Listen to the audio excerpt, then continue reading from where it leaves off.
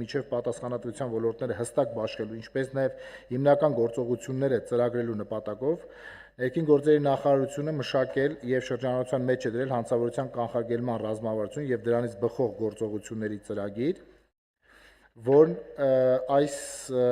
տարի կներկայացվի կառավարության քննարկմանը եւ հույսով ենք, որ նաեւ կհաստատվի։ Ինստիտուցիոնալ առումով հանրային անվտանգության ապահովման գործունեությունը ներկայացնեմ եւ նշեմ, որ 2025 թվականի նոյեմբերի 1-ին գործարկվեց 4-րդ եւ վերջին հենասյունային ծառայությունը ոստիկանության գվարդիան։ Այն համալրված է ամբողջովին նոր ժամանակակից տեխնիկայով, ունի արդիականացված կինոլոգիական կարողություններ եւ մասնագիտական ծավալուն վերապատրաստում անցած անձնակազմ։ Գվարդիայի հիմնական առաքելությունն է հասարակական կարգի եւ քաղաքացիների անվտանգության ապահովումը որպես հանրային անվտանգության նոր երաշխավոր։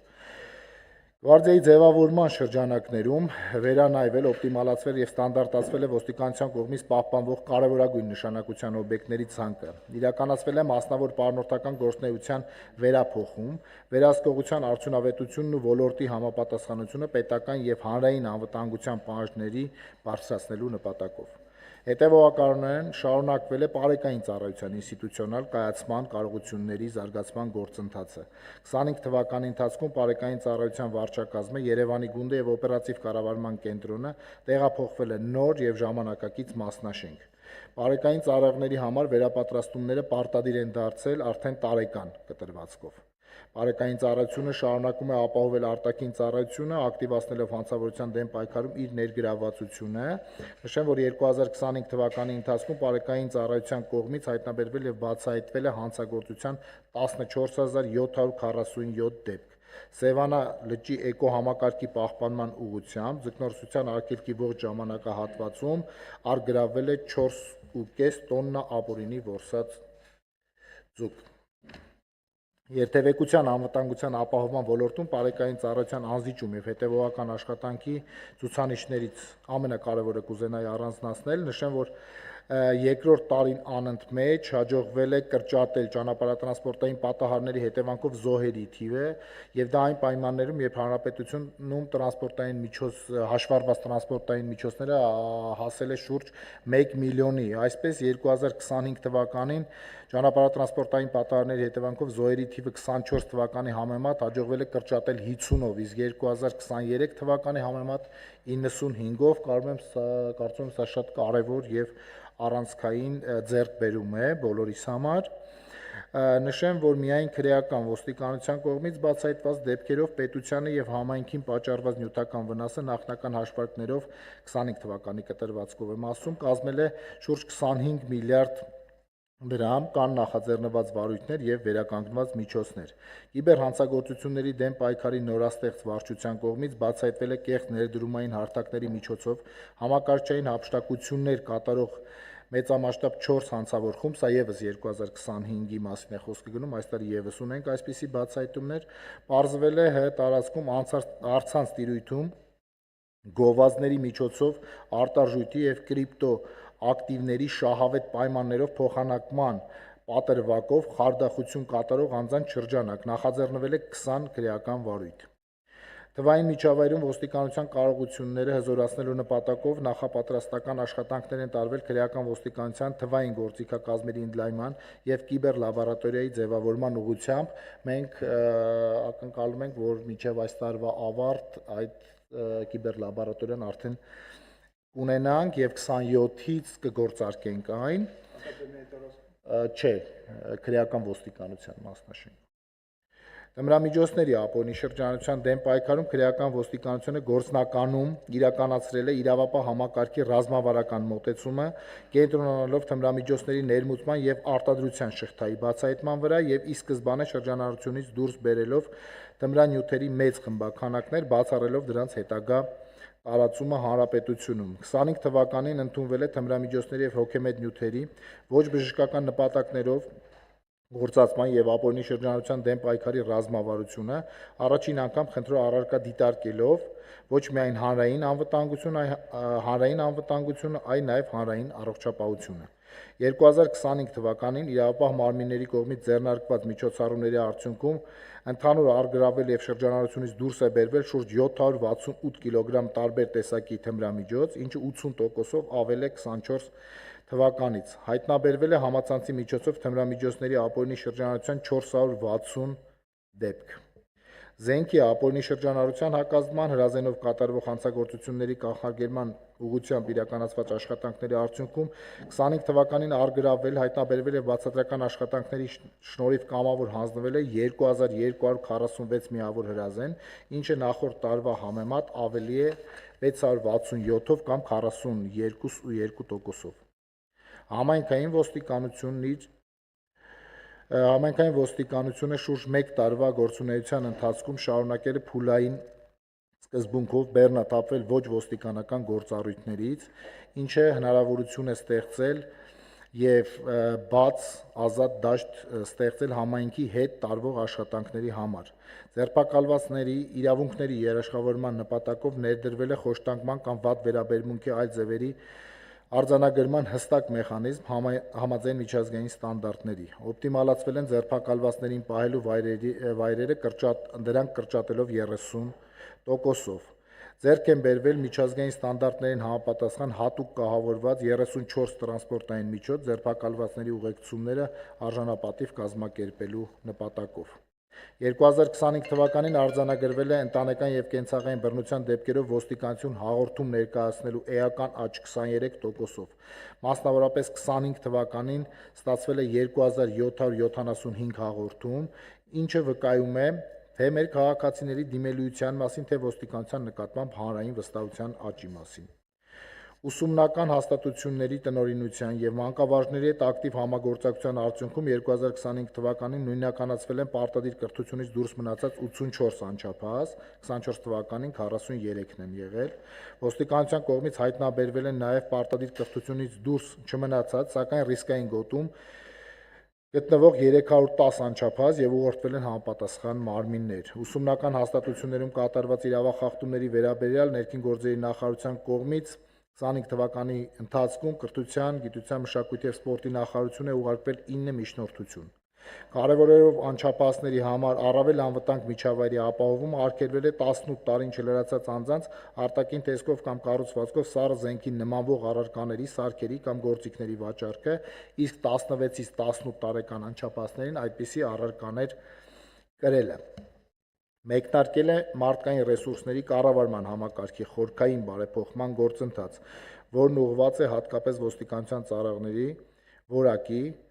վստահելիության եւ արդյունավետության բարձրացմանը։ Ընդունվել է ոստիկանության բարեվարկության եւ կարգապահական կանոնագիր կորենքը, ներդրվել է ոստիկանության էթիկայի հանձնաժողովի ձևավորման մեխանիզմ։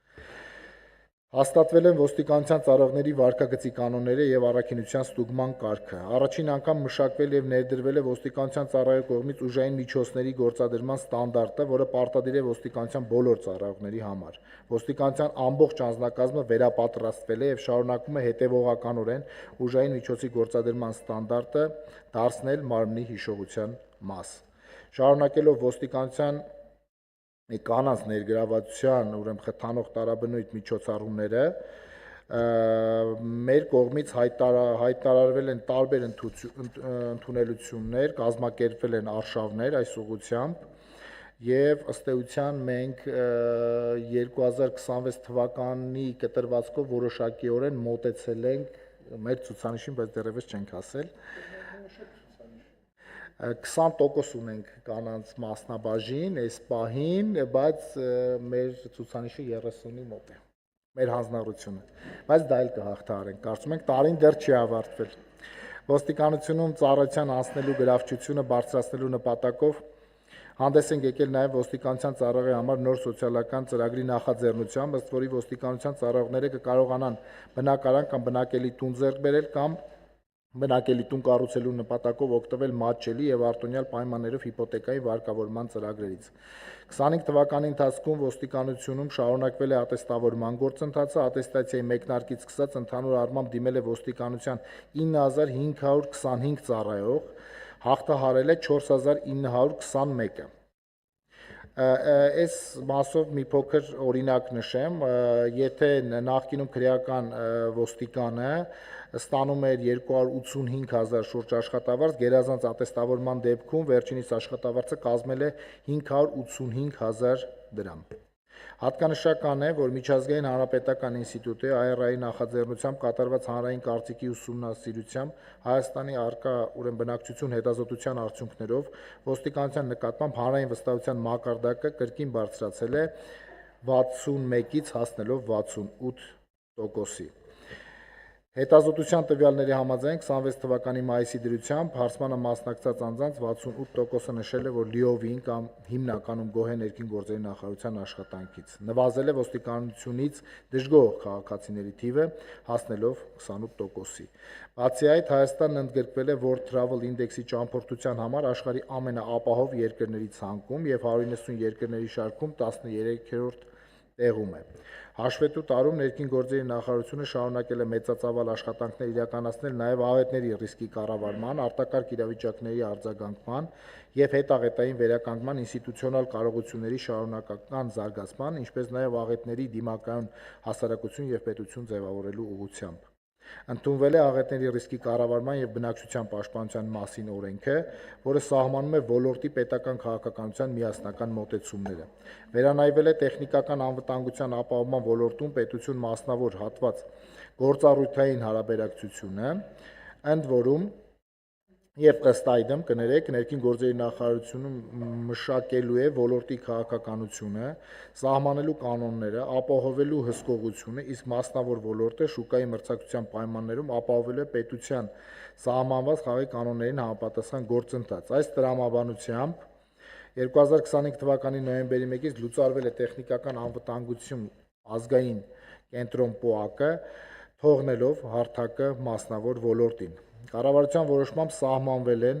ավտոտրանսպորտային միջոցների հեղուկ վառելանյութի լցավորման կայանների կառուցվածքի, հեղուկ վառելանյութի պահման, վաճառքի, պահեստավորման, առաքման, փոխադրման, բաշխման եւ լցավորման կայանների անվտանգ շահագործման տեխնիկական անվտանգության կանոնները։ 2025 թվականին մշակվել եւ հավանության է արժանացել փրկարար ծառայության զարգացման հայեցակարգը, իրականացվել են փրկարար ծառայության կենտրոնական ապարատի կառուցվածքային փոփոխություններ։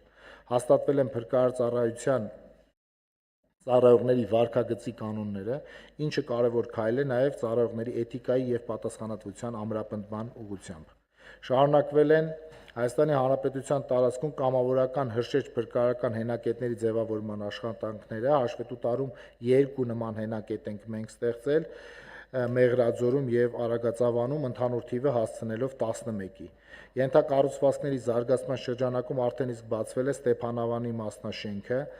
ընթանում են Սևանի ջրափրկարարական կայանի եւ Եղեգնաձորի հրշեջ փրկարարական ջոկատի մասնաշենքերի կառուցման աշխատանքները։ Այս տարի սրանք եւս կավարտվեն։